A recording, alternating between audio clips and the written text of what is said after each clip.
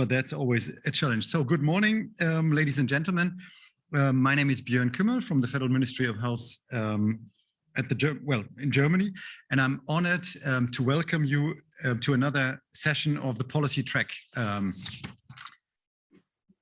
I will say a couple of introductory words, and then Maike Voss will take over to chair the session. I'm happy to welcome you to this session of the policy track. I guess many of you have heard this before, but I'm going to mention it anyhow again. So the policy track is a new format at the World Health Summit initiated by my ministry. The idea is to bring policy-related issues from Geneva, New York, and elsewhere to Berlin, to discuss them here in the Berlin setting, and then allow policymakers to be inspired by the outcome of the debates here in the specific format, and be enriched for ongoing discussions then back in Geneva. So feeding into Berlin and feeding out of Berlin into ongoing negotiations in Geneva. So to really give the World Health Summit a policy dimension. The idea is not to be diplomatic here, but rather to be frank and to the point. We are looking forward to potentially even a real fight in the discussion, candid, critical, in-depth. It's a challenge because we are all coming out of the global health circus, where we all applaud ourselves, and we tend to be too fixed on harmony. But here we'd like to have a frank and exchange of fight for the better ideas, let's put it this way. So raising controversial issues and topics is highly welcomed in the setting. The policy track is also characterized by the fact that we want your involvement. So the audience should be as interactive as possible. And for that, we've in practically all the other sessions, apart from one, we've had an online tool, participation tool, that will be used in order to get your insights and to more or less get a sense of the mood in the room, and not only from the panelists. So coming to this theme of this specific policy track. Our theme is, the session is called Periodic Reviews, a Game Changer for Accountability in Global Health. And at least to me, in the entire lessons learned processes that we've seen in Geneva coming from the IPPPR, the Global Preparedness Monitoring Board, and others, I see two game changers. The one we discussed yesterday and is closely connected, which is the pandemic treaty, and we will see how that goes. And it's clearly connected to this theme, the periodic reviews. It is, to me, a game changer. It's not new. This idea didn't pop up now. It actually was brought up already after the West African Ebola crisis. And I think the Kikwete report, President Kikwete, in the report of the UN high-level panel on Ebola, I think already had that as a key recommendation. Interestingly, back then, nobody picked it up. So practically, the idea to use a mechanism for compliance, an issue that was also touched upon in the session just before the Global Preparedness Monitoring Board session, a tool to enable the IHR, a compliance mechanism that we are currently lacking. So there are ongoing debates in WHO, there are ongoing negotiations. I think there's a clear link to the treaty debates that will again continue next week. So I think we are picking a theme that is of highest relevance for policy makers. To me, maybe also a final point with regards to the game changing. I think in global health, we, to a large extent, focus on collective responsibility. And we never focus on what's the individual responsibility for a country to implement the IHR structures or to comply to IHRs. And the periodic reviews offer a mechanism, a light and soft mechanism for this compliance. I think there are also links to the fifth idea, this financial fund to be created potentially at the World Bank, because they will, if they so wish, I mean, if it comes to reality, the fifth, it will have to allocate resources based on some kind of assessment of gaps on the ground. And potentially the periodic reviews could be a tool, well, to provide insights of this assessment. So with that, I've tried to give a brief thematic outline of at least my expectation of this panel. I'm delighted to welcome the chair of the session, Maike Voss, again. Maike Voss is Managing Director of the German Alliance on Climate Change and Health. And I have to read it out because I obviously know you better in your former position. Maike Voss' research focuses on global health governance and sustainable development, as well as interdependencies between health and security policies. In 2018, she got appointed to the Lancet Commission for Synergies between Health Security, Universal Health Coverage, and Health Promotion. And with that, thank you, Maike Voss, to be here, and the floor is yours. Thank you very much. A warm welcome also from my side to the audience here in the room and also at home. We will be talking about periodic reviews, a game changer for for accountability in global health. We put a question mark here. Mr. Kümmel was, I think, left the question mark out already, but I think we will discuss that. Yesterday, I moderated the panel also on the pandemic treaty, and I was told I was too nice. So I will be a little bit harsher today. I hope that's okay. So in the next 90 minutes, I'm honored to guide you through this, I hope frank and insightful discussion. I will introduce the panelists in just a second to you, but just give me some more questions I would like to highlight. So I think we will be talking about IHR implementation, about compliance and accountability in general, but also with a specific focus on the UPRs, the Universal Periodic Reviews. We will also look into other fields. So what can we learn from the human rights context, for example? And also, what does this conversation has to do with the pandemic treaty? Where can we link that? I think this is some questions I want to highlight. So the agenda is quite similar to yesterday. After a quick introduction, we start the discussion with prepared question from my side. There will be the opportunity to participate, as Mr. Kümmel just said, via the platform Slido. You can use that to send in questions from the audience here in the room, but also from home. The audience here in the room has also the possibility to raise hands later, and we prepare 2 polls you can also answer over the Slido. It sounds a little bit more complicated as it is, but I will guide you through. The first poll question, for example, is, in your opinion, what is missing in the current discussion on the topic? Please write 1 word, so we can then pick this up, give it back to the panel to maybe look at blind spots. So I will now introduce this very impressive panel. I start with you, Samira. Dr. Samira Asma is Assistant Director General for Data Analytics and Delivery for Impact at the World Health Organization. Nice to have you here. Dr. Mark Eggerton-Turner is a Senior Lecturer in Global Health Law at King's College London.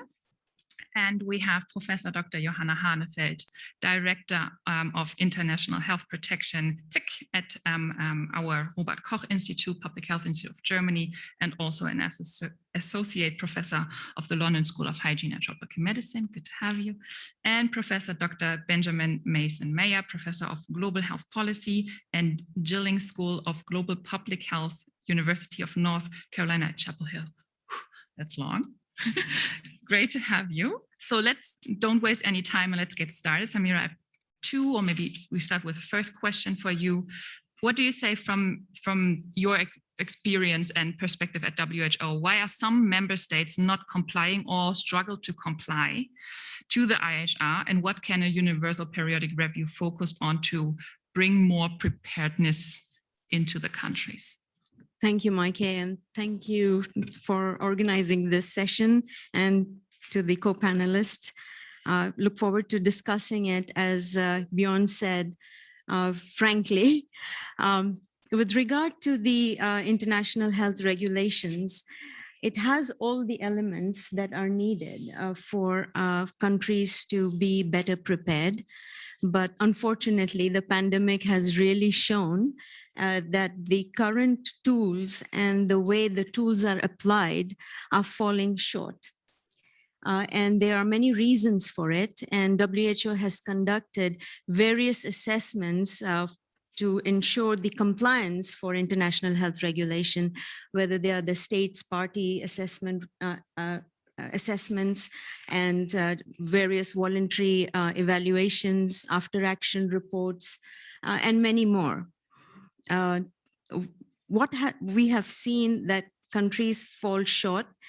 There are good assessments, there are good recommendations, but often the recommendations are not commensurated or responsive with resources that need to be made available, both technical as well as financial, to address the gaps in preparedness. So that has been the fundamental weakness.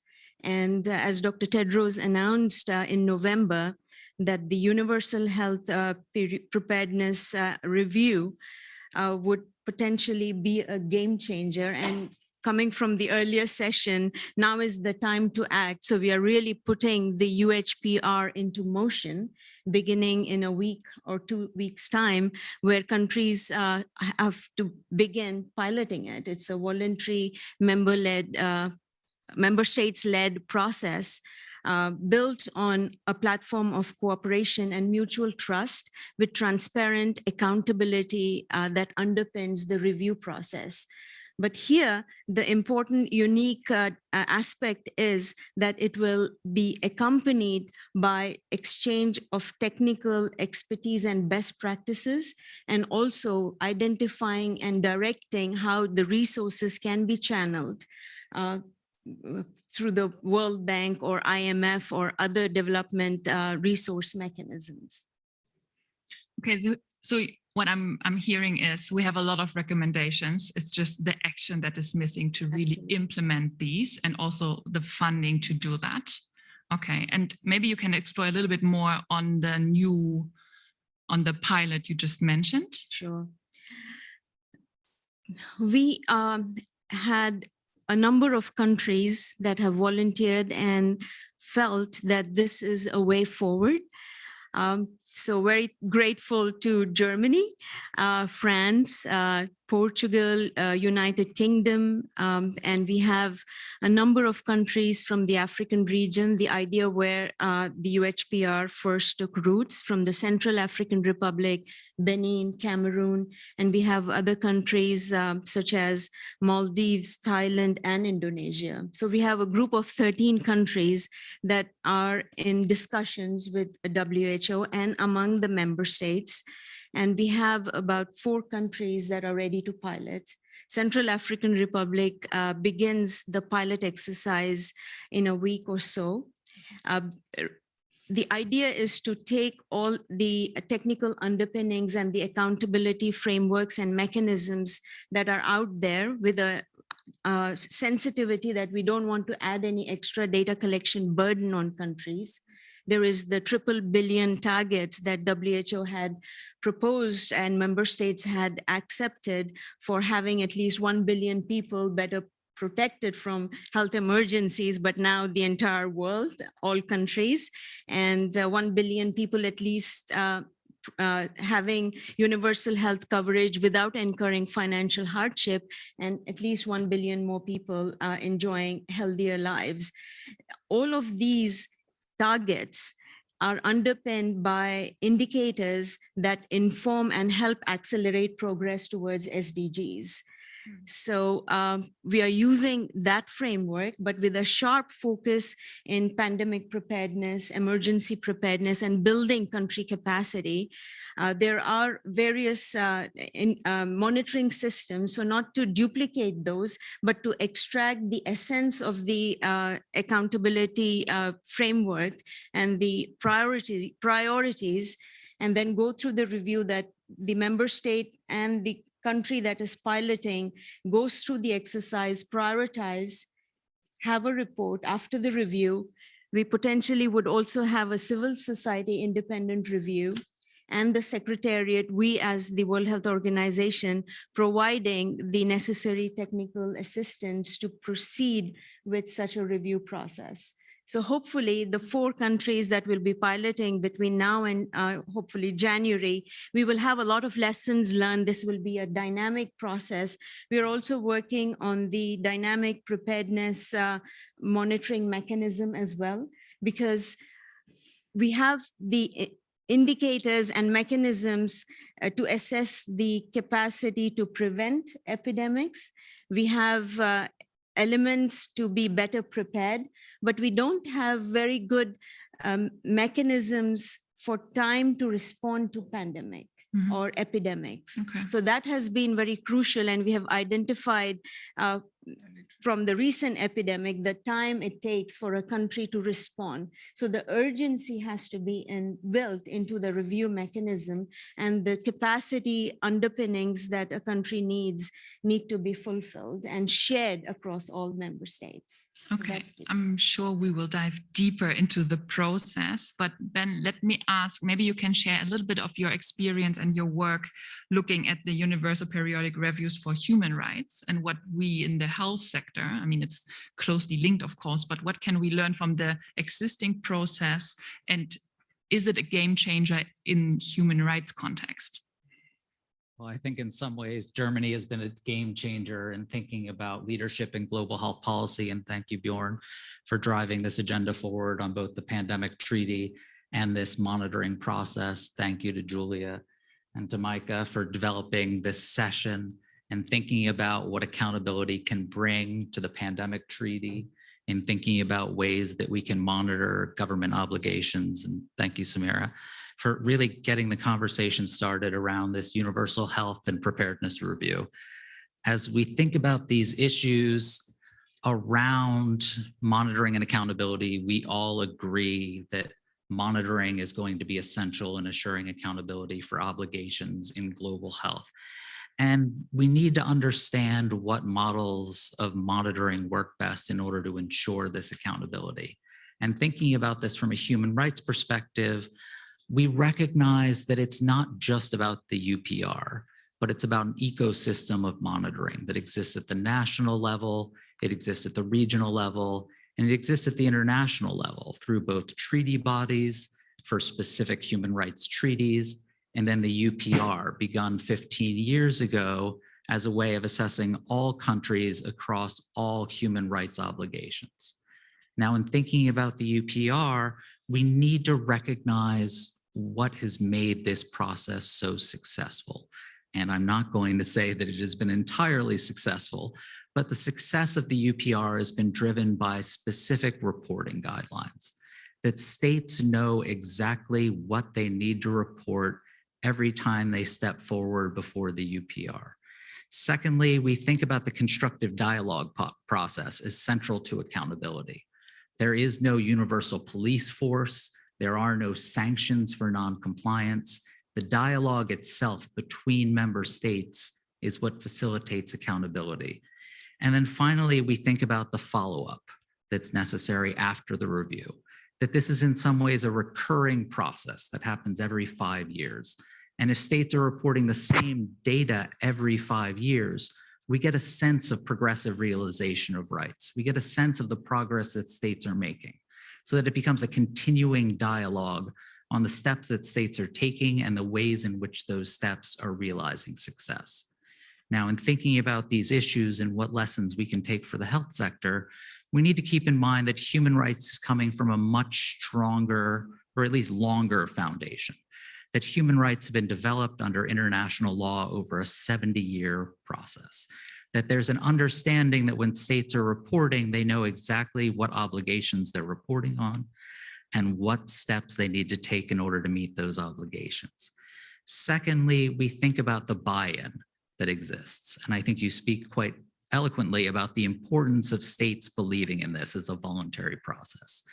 We need to recognize the importance of state buy-in, and we've seen WHO face weaknesses in the past with a lack of state buy-in.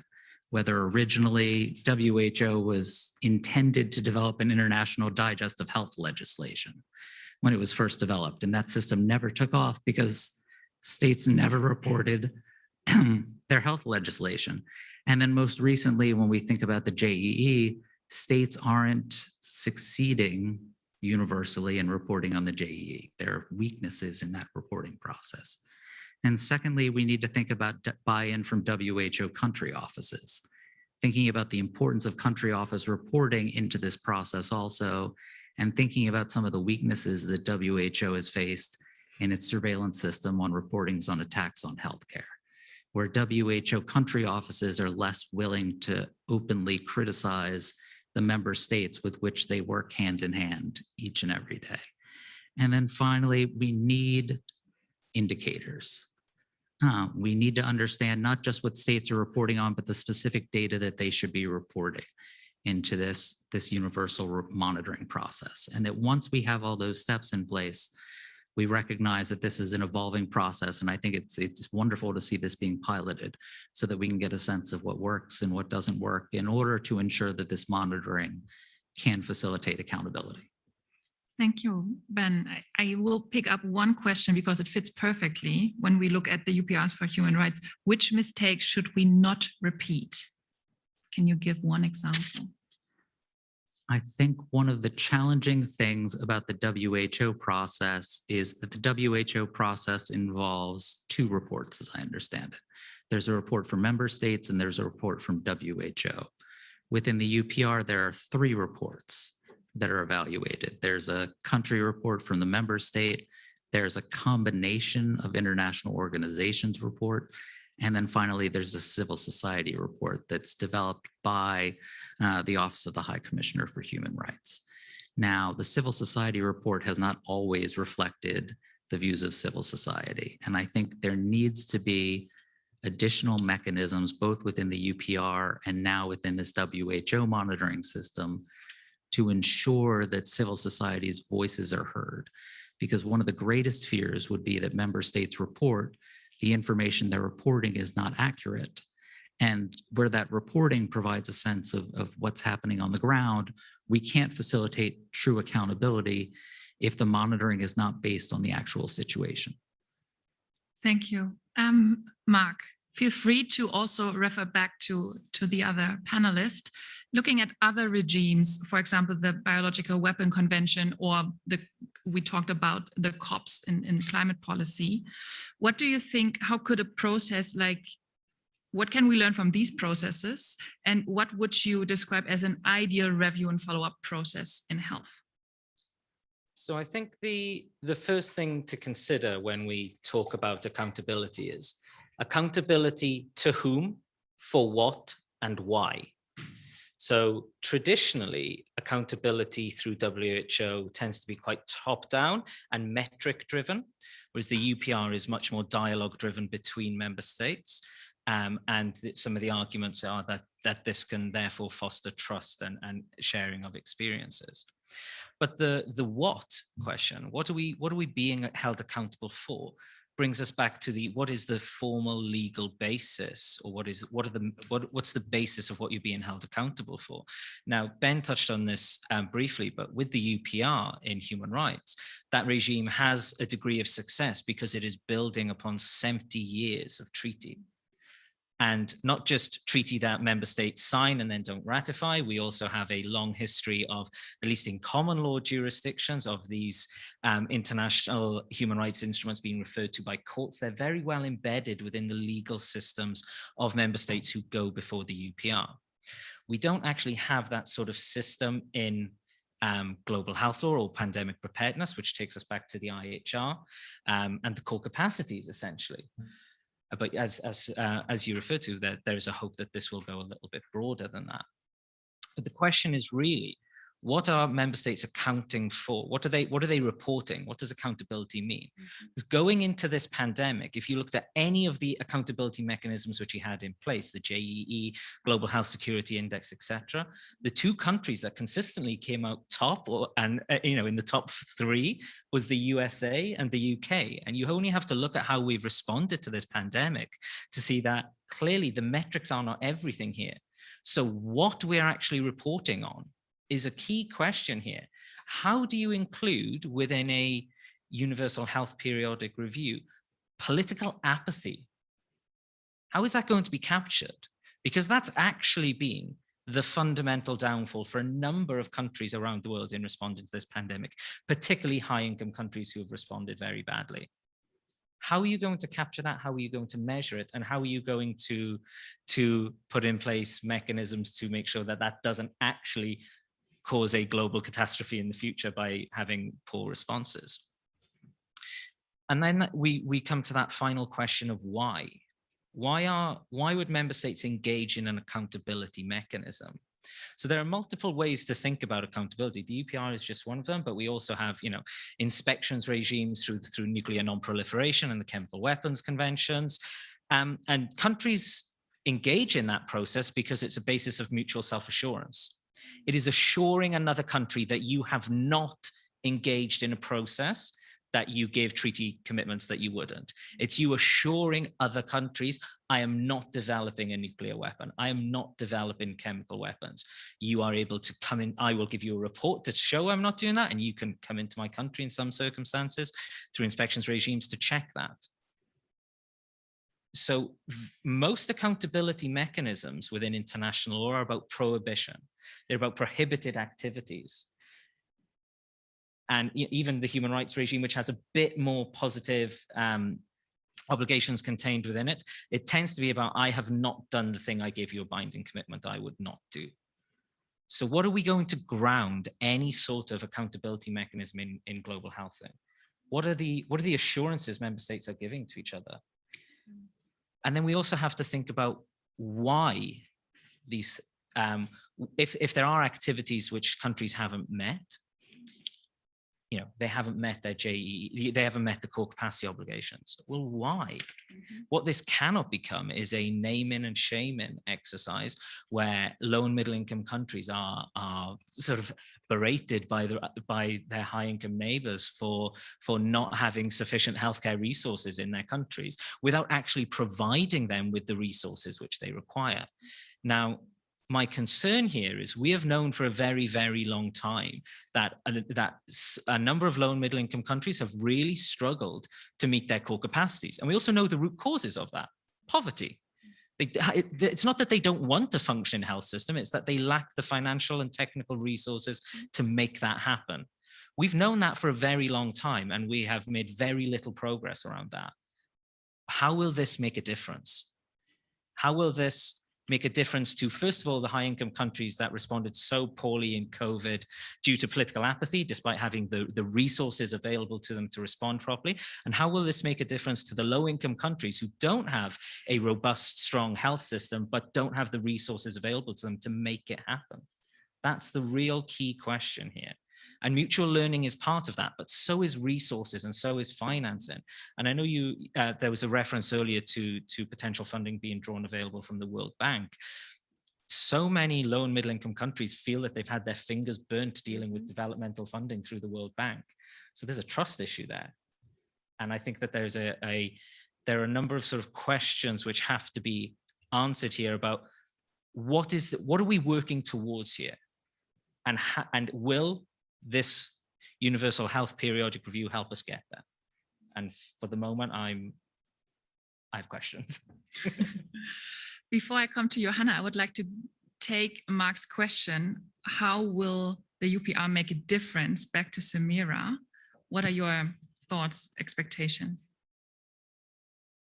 I take what Mark has said, the challenges that he is anticipating, but the reason that UHPR could potentially be a game changer if we do it right is because it will include all of the government, not ministries of health alone. We are seeking highest level of political commitment because governance is an important aspect that we have learned and the pandemic has taught us. And also that the underlying capacities, especially that would feed into accountability and metrics, is the lack of good data and health information systems or surveillance capacities in many countries, as well as a sharing of information and the governance that promotes sharing of that information.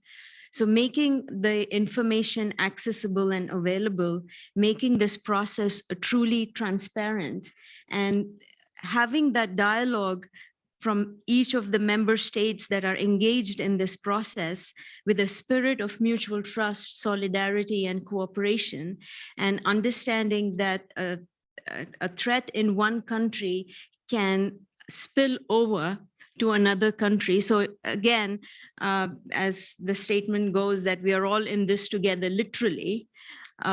So I think we all need to step up, not only the governments, but also the multilateral organizations and the partners. I think it is, again, all multi-stakeholders and all countries, we all really, truly need to come together. And this is a moment in time and opportunity that we truly have, that we must seize and not let it go.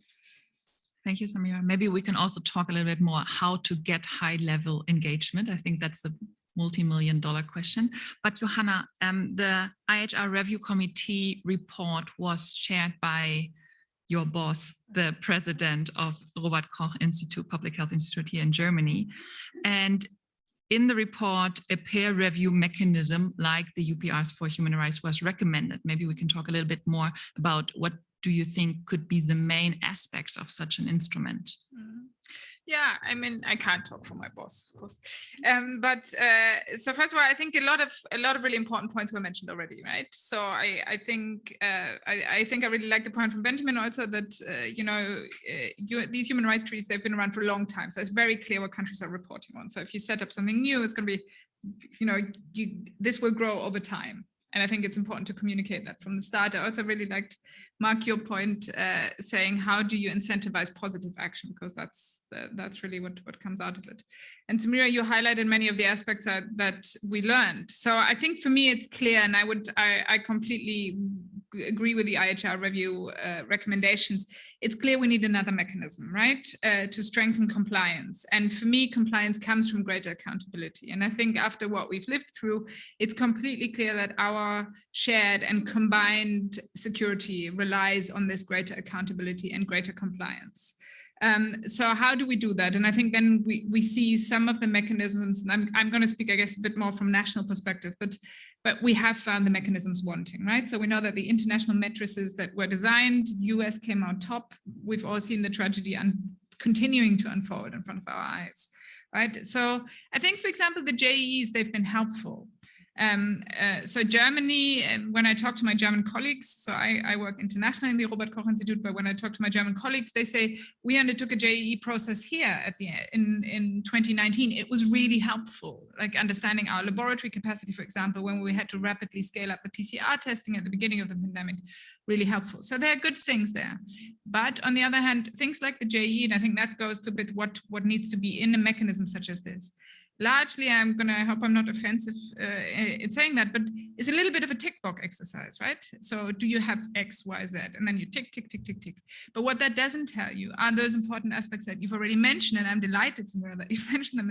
It's about how does the government come together? So how do different sectors come together? Is there agility in the system? Can different sectors strengthen and work together when the crisis hits, right? And we don't know what the next threat's going to be. So how do you create a governance infrastructure? And how do you measure that can respond to this, that can respond to the unknown? So I think this is a difficult thing to work from. And I think the governance, that governance level, the governance at national level and how actors work together is something that you're going to have to think about, right?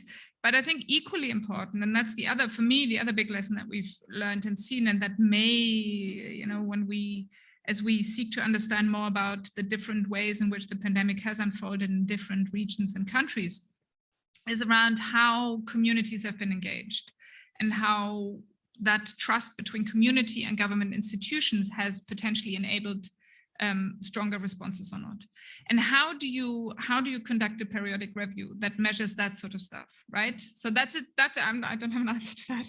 That's a challenging question, but I think that needs to be in there. So how do we have that trust? And I think one of the other lessons for me very clearly in the pandemic has been is very difficult to build that trust when your house is on fire, right? So you want to have some sort of level of trust beforehand. And that seems to be because trust in the system sort of has enabled and I think enables the sort of agility that we have needed, because we don't know what the next challenge is.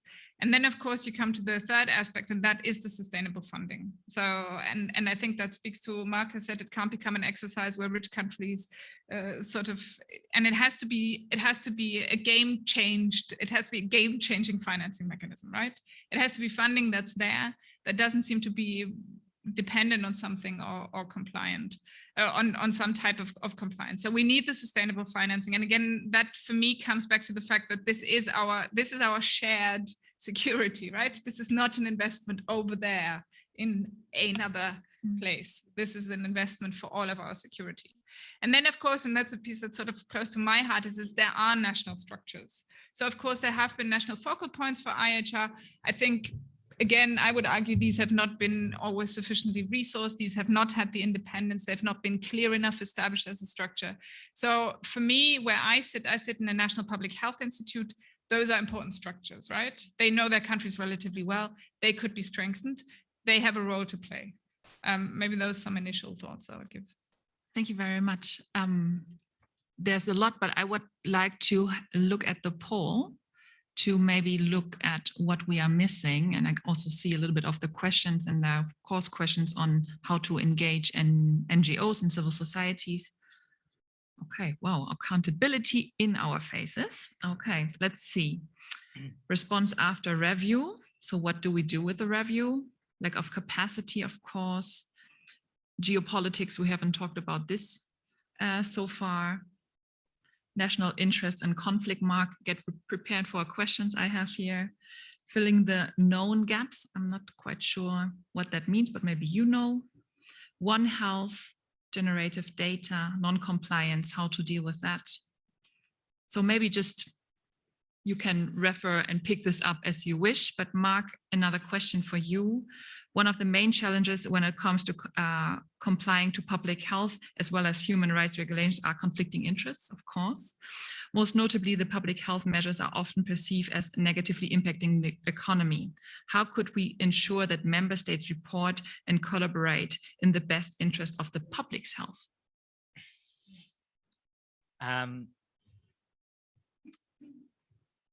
So I suppose I would look at that question of to what extent would a universal health periodic review get us to that point, which is where we want to be, right? That is the where. That's where we're heading.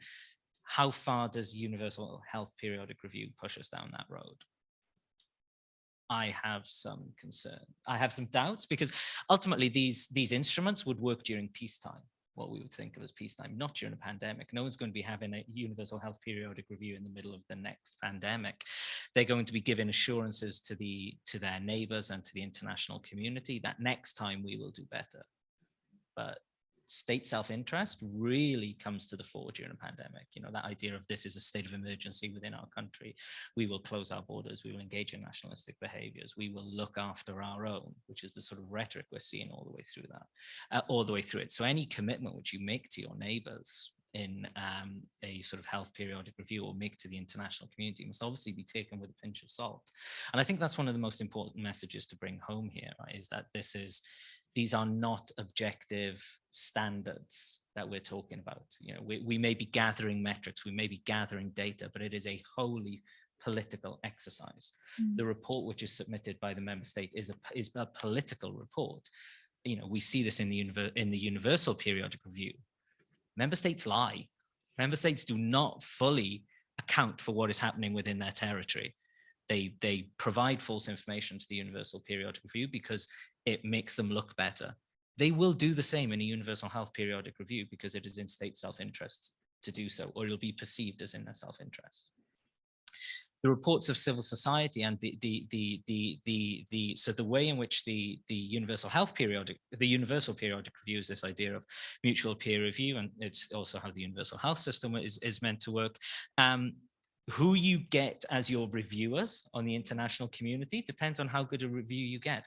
Allies support allies, and enemies support enemies. You know, put in much harsher reviews about their enemies. It's geopolitics playing out on the international stage, and the discussion which is happening, or the geopolitical relationship which is playing out in the universal periodic review in Geneva, when it happens on human rights, isn't about human rights. It's about, the deal that's being negotiated in the back corridor, about, a new energy agreement between countries, about, I'll give you an easy review on the periodic review if you support my next resolution at the Security Council. That's just how this works.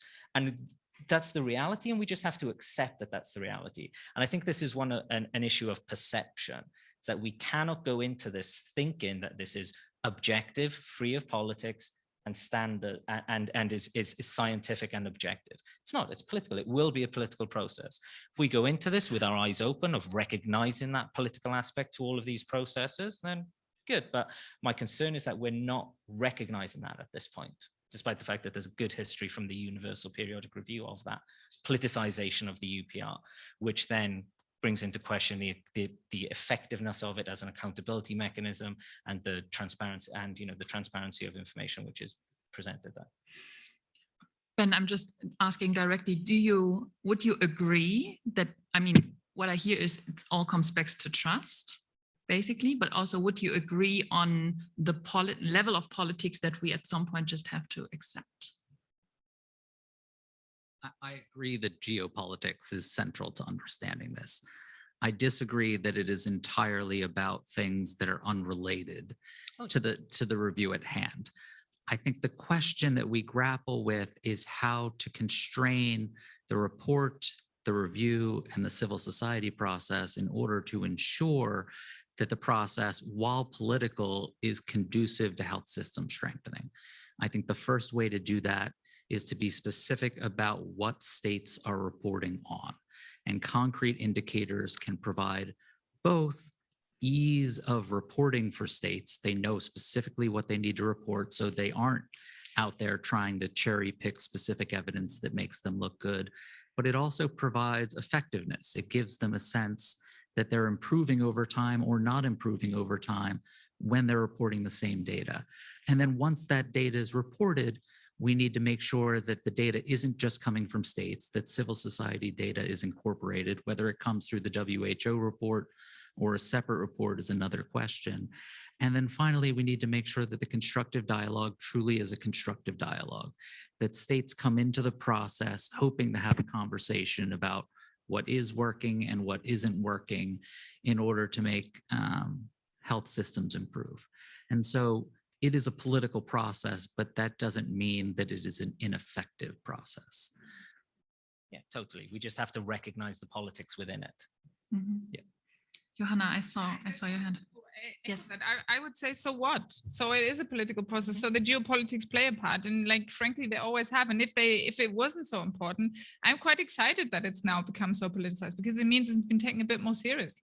Because before I was like, if it really doesn't matter, people are not going to play the politics around it. So I think it is, though. Samira, you've got a tough task. You've got to set up a mechanism where you have checks and balances in place, and to design it that doesn't derail your process or doesn't mean it becomes meaningless. So I think it's about bringing that to the fore and acknowledging health is not this sort of, even though we've spoken a lot about the need to have evidence-based policies or evidence-based politics during the pandemic, I think it's also in recognizing this, that the politics will play a huge role. And I think part of I don't want to say the failure of the IHR, but the challenges the IHR has encountered is because it hasn't acknowledged that, right? Because it hasn't seen this sort of very strong underlying currents about the interests of member states within it. And I think so however you take this forward, I think put it on the table and say this is a political process, and it's extremely sensitive. And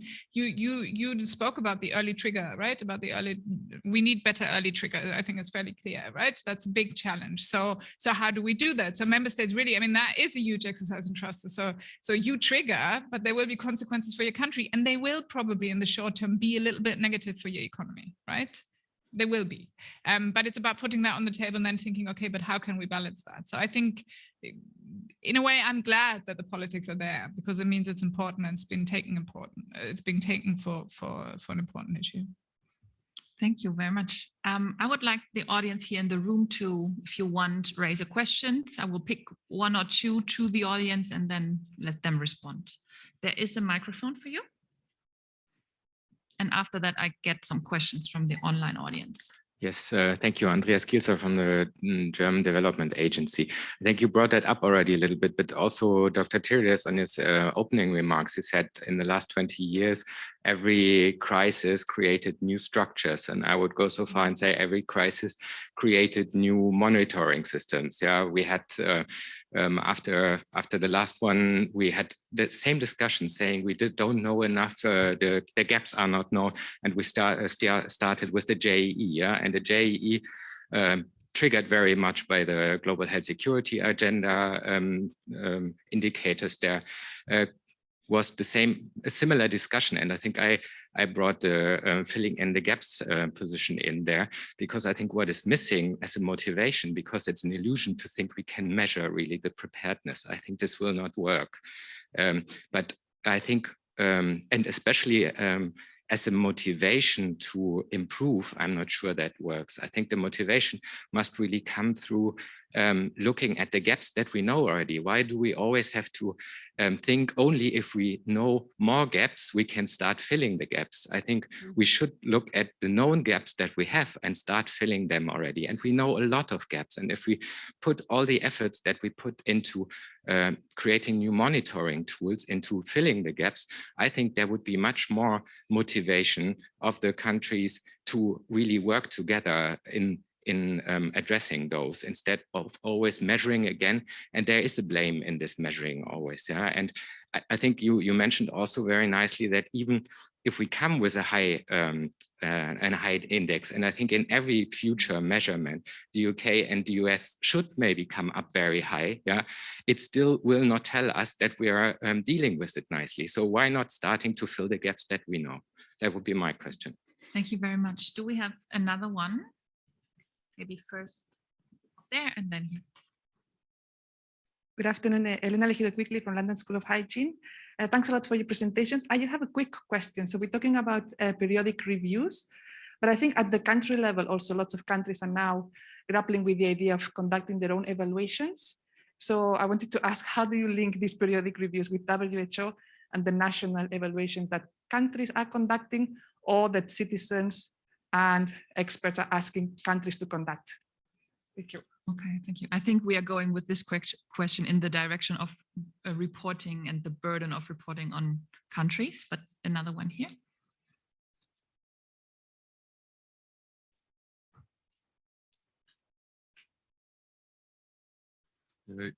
Yeah, so thank you very much for this very, very interesting, wonderful panel. So my name is Niklas Kramer. I'm a colleague of Björn in a neighboring unit. So burden on countries is a good point. So as a civil servant, I have to try to make sense of this, and I have to say, even for me, it's quite hard to understand. So it seems to be, how to say, it seems to be very, very technical. So you have the JEEs and then the SPAR, all these abbreviations. Right. So how do we manage also from a communication to have to bring this to a core evaluation, so that also the public understands that this is now the evaluation, and see, guys, apparently the country is maybe not fit for the next pandemic, and then discuss about it. But currently it seems very technical, even for us, then to understand. So that's one point. The second question, what are now the sticks and carrots we are talking about? So I understand we talk about dialogue, sort of positive incentives, but what are the sticks? And then do we only talk about capacities? What is, if there is a country not, as maybe one country did, not following the IHR in case of an outbreak? You mentioned, Mark, I think the sort of prohibition area of international law. Do we know some mechanisms like Secretary General mechanism, how to maybe find some way also to react and respond as a global community in case of a emerging outbreak, which can be then maybe also, through other information, not only through official information, being detected. Can we think about a mechanism how to react in case, a possible new surveillance system detects an outbreak and the global community, there is some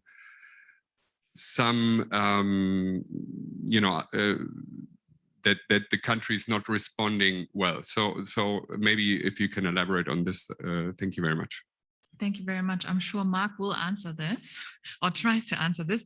So we have fragmentation looking at the known gaps. We have national evaluations that are done by member states. How does that fit to the process of UPRs? And we have public communication and sticks and carrots. Maybe Samira, you would like to start. Sure. What you want. So I will touch upon a couple of ideas and suggestions that you mentioned. One, I'll start with communication. I think it's extremely important to keep it simple and so that the message and the purpose of UHPR is communicated so that it can be understood easily by policymakers as well as the public. So I think I agree with you, that is extremely important. The second, around the technical underpinnings and the monitoring tools. There are many out there, but I think keeping it simple is going to be very important, and therefore the UHPR will build on the existing set of monitoring tools that we have and not to recreate or create another one after or post-COVID. So that is not the purpose. And in terms of supporting countries to review in a more objective way, we need data and information to respond to the various monitoring systems that will be put into place.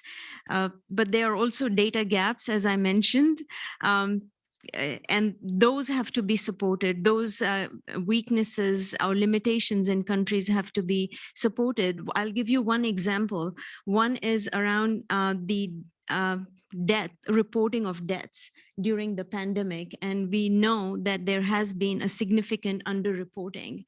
And it is not that member states don't want to report, but it is the underlying systems that are not optimal.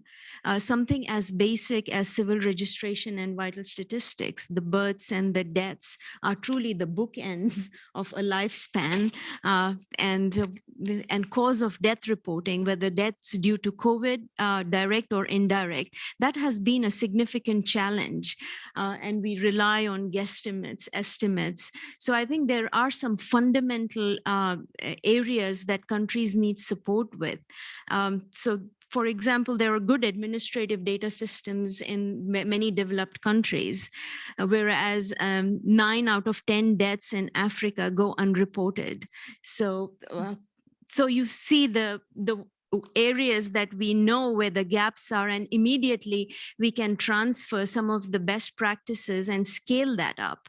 It shouldn't be difficult to count births and deaths and strengthen cause of death reporting. So this is kind of the unique example. I just wanted to highlight that the review mechanism will not only identify the gaps, but also provide through this exchange on this platform of cooperation and trust, and a safe space for member states to engage and exchange and gather best practices and apply those. And we also have done a couple of things. One is established a technical advisory committee that is going to be informing the technical processes that we will be using for UHPR, representing all of the regions and many different expertise. We also are using the group of 13 member states that will inform the political process and how that will unfold. So it's truly a collective process that is being developed, and the pilot exercises will inform how effective or ineffective UHPR truly it will be or is, and we can then improvise on it before we scale it up to all countries. So it's a very iterative process, and we are really hoping that the entire multi-stakeholder engagement will truly propel us and make every country better prepared. Thank you very much. Ben, would you like to reflect on the questions from the audience? Maybe also the sticks and carrots questions. I will come to the sticks and carrots questions at the end. I want to begin with the evaluation question and pick up on Samira's point about keeping it simple, but not too simple. And so we don't want it to be simply checkboxes, but we want to provide a concrete sense of what countries should be reporting.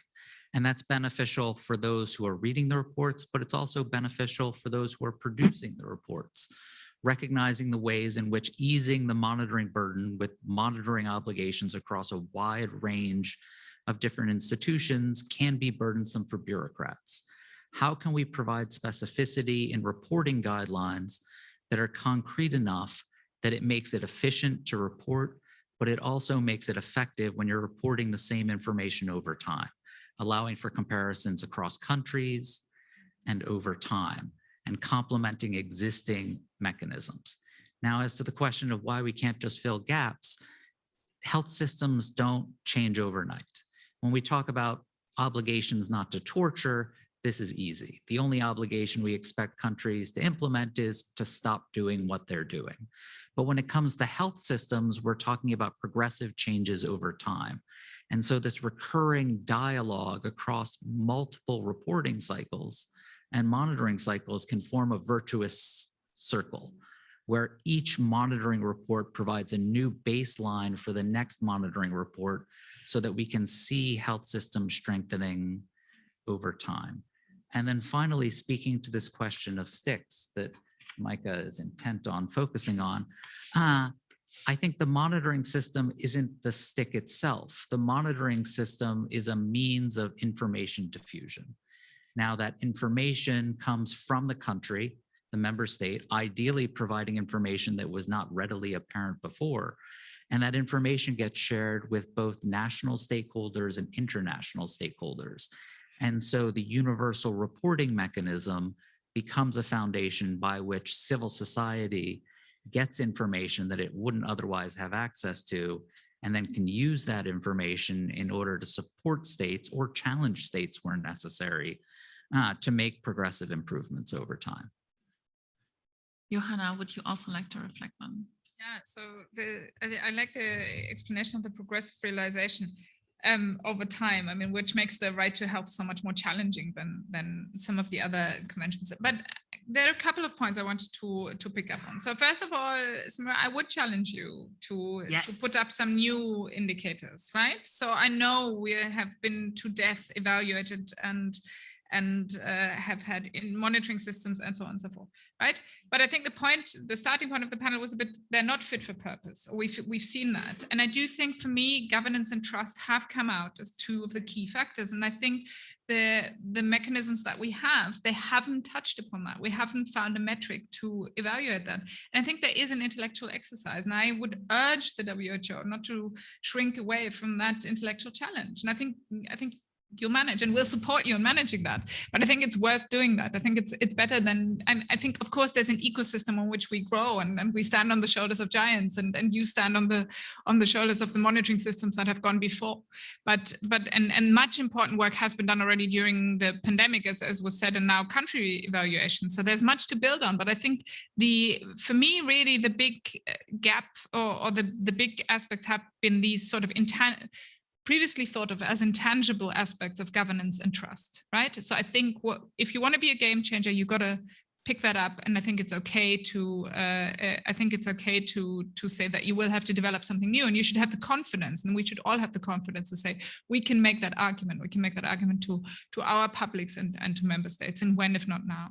And the second point I wanted to say, because if you think then, so how do you take that forward, and what do you build, and what the point Andreas Gilshoff was making, what do we know already? Sort of what is missing is, and I think one of the big pieces has been around the human resource capacity, right? So we have seen, and you've mentioned also sort of what is needed at country level. And we know that those capacities are needed, and that's almost an investment we can do straight away, right? So we don't need more, we don't need more monitoring for that, right? We don't need more evaluations to tell us that there are not enough field epidemiologists who can check those things out. And that's just one aspect, but that we need to have a sort of public health workforce that can address these things from the bottom up. And there's also been already a lot of work and clever work been done on what the capacities are that are needed in these settings. And I think that to me is such an obvious piece, right? That is there for us to invest in and to take up on, that I would actually think straight away that is going to increase pandemic preparedness. So those 2 points from my side. Thank you. I just want to I personally want to reflect on your first point. Being a political advisor, the first 6 months in the pandemic, I was basically having lectures with policymakers on the very basic foundation of public health and health promotion and prevention. Like what I learned in my first lecture in my public health studies. Very basic. So I was like, we need to measure better what political public health literacy is and how we can increase that. That's one of my learnings from my work. So because no evaluation tool measures this, how trained are policymakers when it comes to public health measurement, implementation, and policymaking. So I think that's, Samira, I'm here. I want to talk with you about this, but I'm curious what Mark has to say to the questions of the audience. Okay. I just want to speak to this question that you've raised here, and it helps us think about whether we want a peer review system or whether we want an expert-driven system. And that one of the advantages of the peer review system is that it doesn't bring the same level of expertise as policymaking experts talking to policymakers specifically about health issues. But what it lacks in expertise, it makes up for in legitimacy. It's member states talking with other member states will be better received than WHO technical experts talking to or down to member states. That's interesting. Sorry, Mark. Shall I talk about sticks? Whatever. So yeah, I think this point has been coming out. So the German health minister brought up this issue of sanctions and sticks recently. And I think the first question to ask is, who do you want to hold the stick? You know, we're talking about WHO here. This isn't the Security Council. They don't have this sort of, Chapter 7 authority basis to impose sanctions upon its members. And I don't realistically think that member states would be willing to give WHO that power. I also think WHO doesn't want that power, because that fundamentally changes the relationship WHO has with its member states, the ability to sanction them. But sanction for what? For not having met the core capacities, for not having reported data, for not having reported an outbreak, I guess, covering up an outbreak. It's already too late. What we need is a system which makes sure that countries, no matter the economic consequences, no matter the trade consequences for them, accurately and timely report outbreaks within their territory. Sanctions won't achieve that, in my opinion. I think sanctions will actively make that worse, because it leads to a fear of repercussions, and it actually causes under-reporting, not over-reporting, because of that fear. So that's the first instance to think about. And then you have, okay, if you're going to have a sanctions regime, which I don't think you should have, what sanctions are you going to impose? What's the punishment here? So if you're a low middle-income country that hasn't timely reported, if you're, a low middle-income country that hasn't timely reported an outbreak within your territory, what are we going to do? Take even more money away from your health system? Weaken you even further? This is a regime that doesn't work in health. It might work in nuclear non-proliferation. It might work in biological weapons. It might work through the Security Council and Chapter 7, because you are talking about prohibited acts and very clear prohibited acts. That doesn't translate well into global health. And it really doesn't translate into filling the gaps, which is the point that you made, which is actually what we need to do. So what we need is to create a system of trust, and having a stick and giving that stick to WHO to beat its member states with is not how you build trust in this system. So I think the idea of sanctions could be incredibly detrimental here. the idea of mutual learning and sharing of information is the path we need to go down. But ultimately, we know these gaps exist. We've known for a very long time. The JEE has shown them. Core capacity reporting are showing them for a very, very long time. We need to fill the gaps, and we need to give member states the resources to fill those gaps. You know, you don't need a UPR to get to that point. We know the gaps are there. Whether we want the UPR to continue to monitor on a consistent basis, to continue to find gaps, possibly. And I think, you know, the one benefit is this iterative relationship between member states. I think that's a very positive thing. But I think a regime founded on a stick does not work well in global health. I think it could be incredibly detrimental. Thank you for this very clear recommendation towards the Ministry of Health. I would like to look at the second poll, where we asked the question, I think, if periodic review is helpful or not. Okay. That is not very clear, I would say. A little bit more on the yes. Now the polls are coming in. They're Needs responding to you, flashlight and like weird sounds. In real time. Yes, in real time. So now it's getting a little bit more clear, and even a little bit more clear. Okay, thank you for doing this exercise. It was, of course, fun for me. Yeah, it's a bit undecided. It's not super clear. So I will read some more questions from the audience at home. Our friend Pedro Villarreal, a global health lawyer from Heidelberg, asked, what about the role of non-state actors such as NGOs in a UPR-like mechanism? Should they be able to submit reports in addition to states' representatives? Let me give you another one. Aren't UPRs adding to the burden of low-income countries with already limited capacity to even implement IHR? And another one from Iris Hunger, also Robert Koch Institute.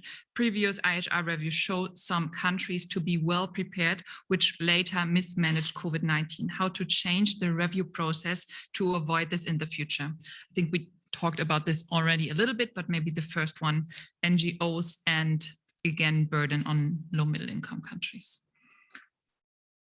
Maybe the other way around. Mark first. Sure. Yeah, I think including civil society in a UPR style reviewing mechanism is a very positive idea. And it's actually one of the innovative aspects of the human rights UPR, which is actually the most powerful. Civil society actors, when they know that a country is coming up for review, are able to submit their own report. So the way the human rights UPR works is that a report is submitted by the member state on their human rights obligations within their territory. They tend to be a bit more positive about how things are going in their country, naturally, and then you get civil society actors on the ground who can also submit a report on that country, which tends to be a bit more critical. And then both of those reports are created, are sort of put together, and a report is drafted by the Office of the Human Rights Commissioner. One of the things we don't clearly understand is how the information is used by the Office of the Human Rights Commissioner. So how they decide which bits of the civil society report to include and which bits to exclude. And I think that's one of the things that a health UPR could learn from in terms of legitimacy of the process and transparency of the process, is being very transparent about the role of, you know, if it's WHO that's overseeing this, what's the role of WHO in gathering the information and deciding what information to include and to exclude? And that goes to the heart of the legitimacy of the process. Because if member states believe that the information which is being recorded, or the information which is being compiled in the report by the World Health Organization, is not an accurate, legitimate reflection of what is being reported on the ground by civil society, then it calls into question the legitimacy of the entire process. So that's one of the really, really important lessons, is transparency in how these reports are written and how these reports are drafted, how things are included, how things are excluded. that goes to the very heart of the legitimacy of this process. And once you have legitimacy, you have trust, you have buy-in, you have accountability. Yeah, I think, Johanna, that leads us back to the trust issue. Maybe you want to reflect on this as well. I think it's important to, I agree. I think, and I think many of the, and you guys will know this much better, but many of the human rights instruments make use of this shadow reporting sometimes from civil society. And I think that can be very effective. I think you have to acknowledge that that is a process that can also be derailed. And it is a process that needs to be resourced, and there needs to be some sort of capacity either already existent or there needs to be room given by government. So as everything, unfortunately, with these human rights standards, I think it's something that develops over time.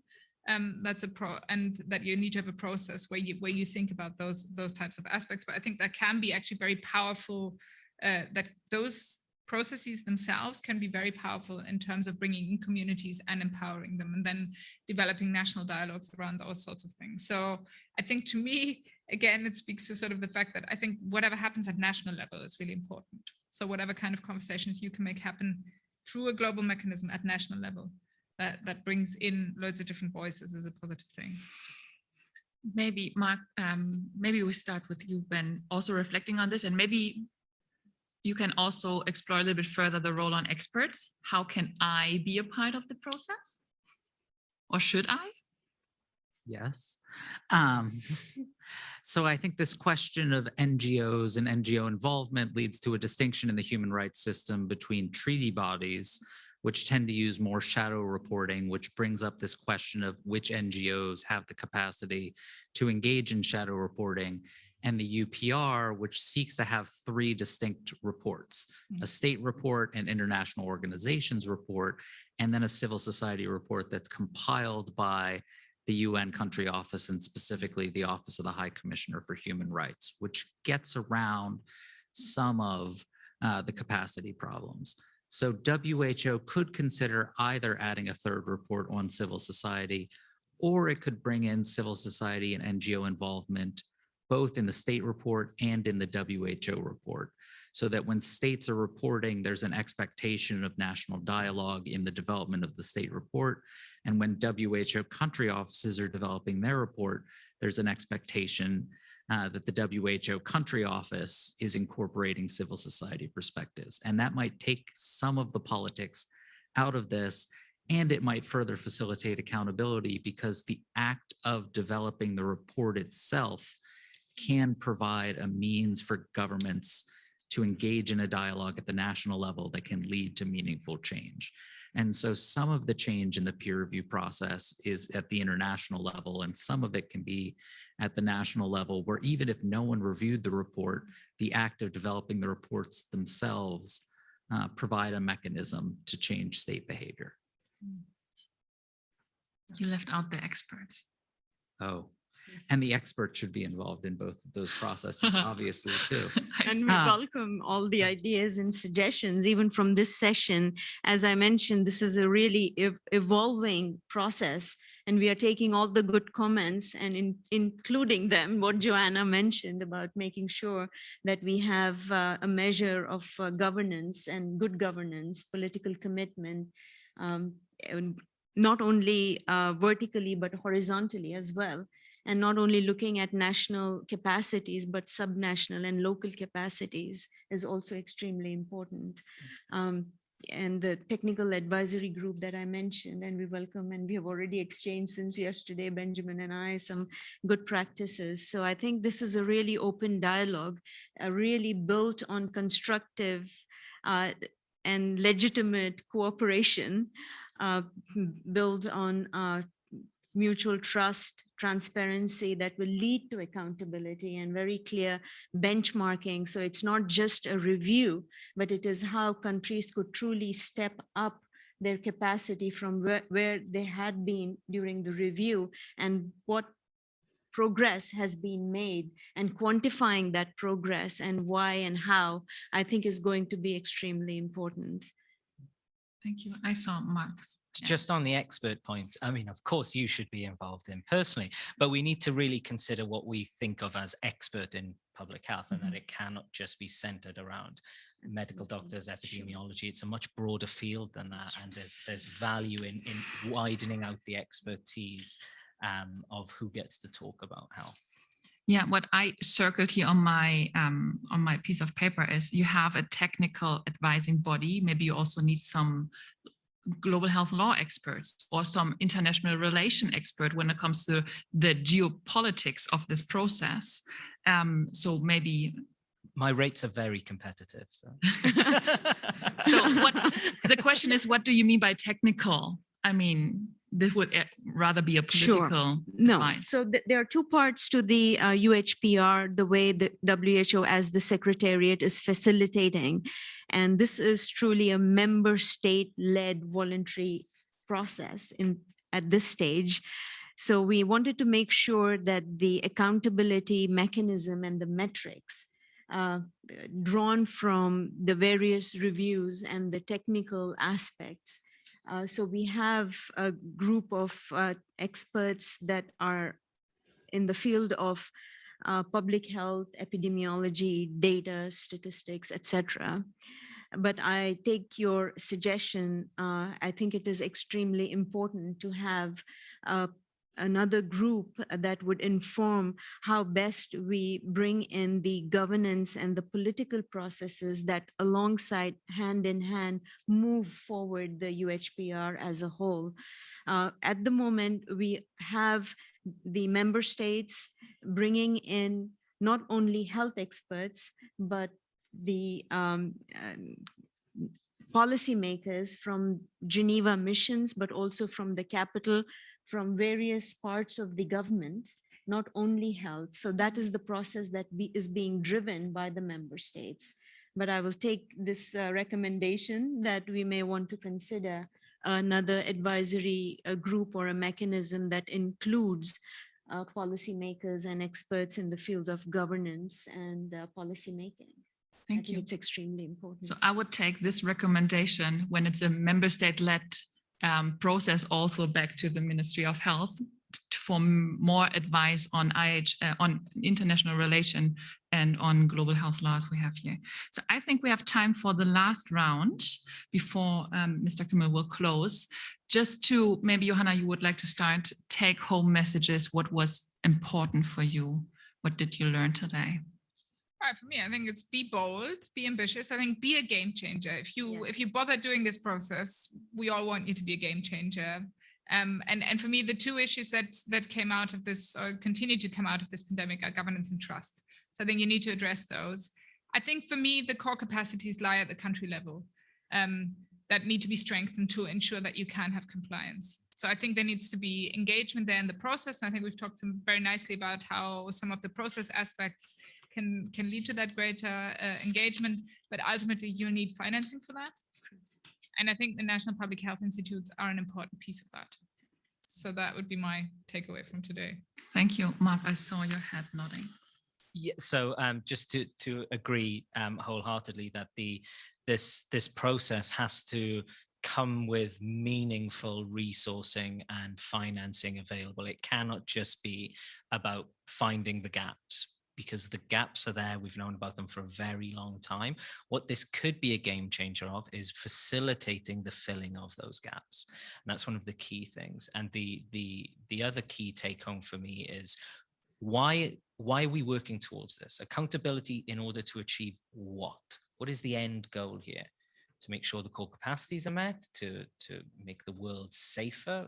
How? What are the metrics we are measuring? How are we measuring them? And how does politics, law, political apathy play into this? It cannot just be another scientifically technical exercise that ignores the sort of the political reality, because then otherwise we're going to end up with a situation where the US comes out on top once again, or the UK, and we see the situation that COVID was unfolding, which was a complete disaster.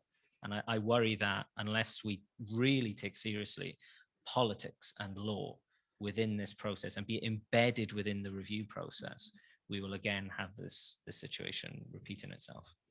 So Samir, I would like to give you the last word, so go over to Ben first. So I won't talk about what came out of the conversation, but what didn't come out of the conversation. It is unfortunate that the only discussion of human rights when we talk about the pandemic treaty is about the process of human rights monitoring rather than the substance of human rights realization. WHO holds out the right to health as the foundation of its work in the world. The German government holds out human rights as foundational to its engagement with global health. As we move forward from this, the question that comes out of the pandemic is, do we abandon our core values in the context of emergencies? As we seek to build back better, how can the pandemic treaty, the monitoring process, provide a foundation for thinking about not just what human rights mechanisms exist that we can learn from, but how we can incorporate human rights into WHO's actions and into its monitoring, whether engaging with WHO's framework of cooperation with the Office of the High Commissioner for Human Rights, whether it's about incorporating and thinking about the complementarity of this monitoring process and the UPR when it comes to assessing the realization of the right to health. And what does it mean to put human rights again at the center of our global health efforts under a pandemic treaty so that we know that states are working toward progressively realizing the highest attainable standard of health. Thank you very much, Samira. Yes, just to quickly respond to Benjamin, we also have in the technical advisory group members who are working on the human rights review process. So just to make that point, in terms of in closing with a statement, I think this truly is a game changer, and we have an opportunity to get back on track because all the progress that had been made towards realization of the SDGs, many countries have gone off track, and we know that. And for us to get back on track, but not only make progress, but on an accelerated pace, it is possible. We have the tools. We have political will. We have many member states coming forward and supporting this process, which is new for public health. And it is going to be a game changer because it is a different form of multilateralism where member states are working with other member states based on the principles of trust, cooperation, and collaboration with transparency and accountability built into it. And if we can build this right, I'm really hopeful and positive that I think this would work and could potentially inform the pandemic treaty that is pursuing, and the lessons learned could really feed into the treaty making process and fast track that process so we don't have to wait. Time is of the essence, and we must act with a sense of urgency. Thank Look you. forward to working with everyone, and thank you for your ideas and suggestions. Let them keep coming. Thank you very much, Samira. I think just for my minute closing, I think there are a lot of open questions and good recommendation and advice for you. So please keep us involved. Absolutely. And I think maybe we can have another discussion like this next year, or maybe even in between, to look at a review and follow-up mechanism for the pandemic treaty. I think that's also something we can learn from here for this new instrument. I want to remind you that there is an evaluation online in the Slido tool, so maybe you can help us learn and take us accountable for next year. Thank you very much to the panelists. Thank you very much from my side. I think that was a very engaging and insightful discussion. I give over to Björn for the closing statement. For a very brief closing. So first of all, thanks a lot to the panelists. And I will only use your first name. So Johanna, Mark, Samira, Ben, and Maike, thanks a lot. I think this was really inspiring. It's a learning exercise, I have to confess. In my life before health or global health, I had the chance to be well, at least a couple of months involved in the tree monitoring bodies in Geneva. So I got a sense of how inspirational this could be in the end. So I think from my point of view, it could be a game changer if all the questions that were raised here would be appropriately answered. I can't answer them, but you helped to raise them. And I'm sure we will find answers to them, hopefully. So I think it's clear it's a learning exercise. It offers great potential, but obviously also many challenges that need to be addressed. Well, many of those were raised here. For example, the role of WHO in country offices. Would this be expert driven? How to involve civil society? How to make sure that that health is, well, remains at least partly technical and not gets artificially over politicized. Yeah, obviously knowing that health is always, and especially pandemic preparedness, is always political at the very end. I go home fully inspired by this session, and I guess we will have to come back at some stage again on this session. I guess there's, I mean, my big question mark, I guess, is if this was implemented, it would obviously, member states would have to give in state sovereignty to follow such a periodic review, because obviously, as we learned, states have interests, potentially also not to be fully transparent, but they would have to, or at least there would be the obligation to do so. So why? What's the incentive? How do we make sure that this does not remain an exercise that is driven by a couple pilot countries, but that in the end everybody follows? I mean, that would also be a criticism from my side towards the JEEs, which were only followed by one part of the world, but another didn't have an interest. And I think we need to make sure that this is fully inclusive. With that, thanks a lot to you, and thanks a lot for the audience. I think it remains clear that the picture is unclear. So there is not everybody is as inspired as myself and at least some of the panelists of this idea, but we'll work on that. Thanks a lot.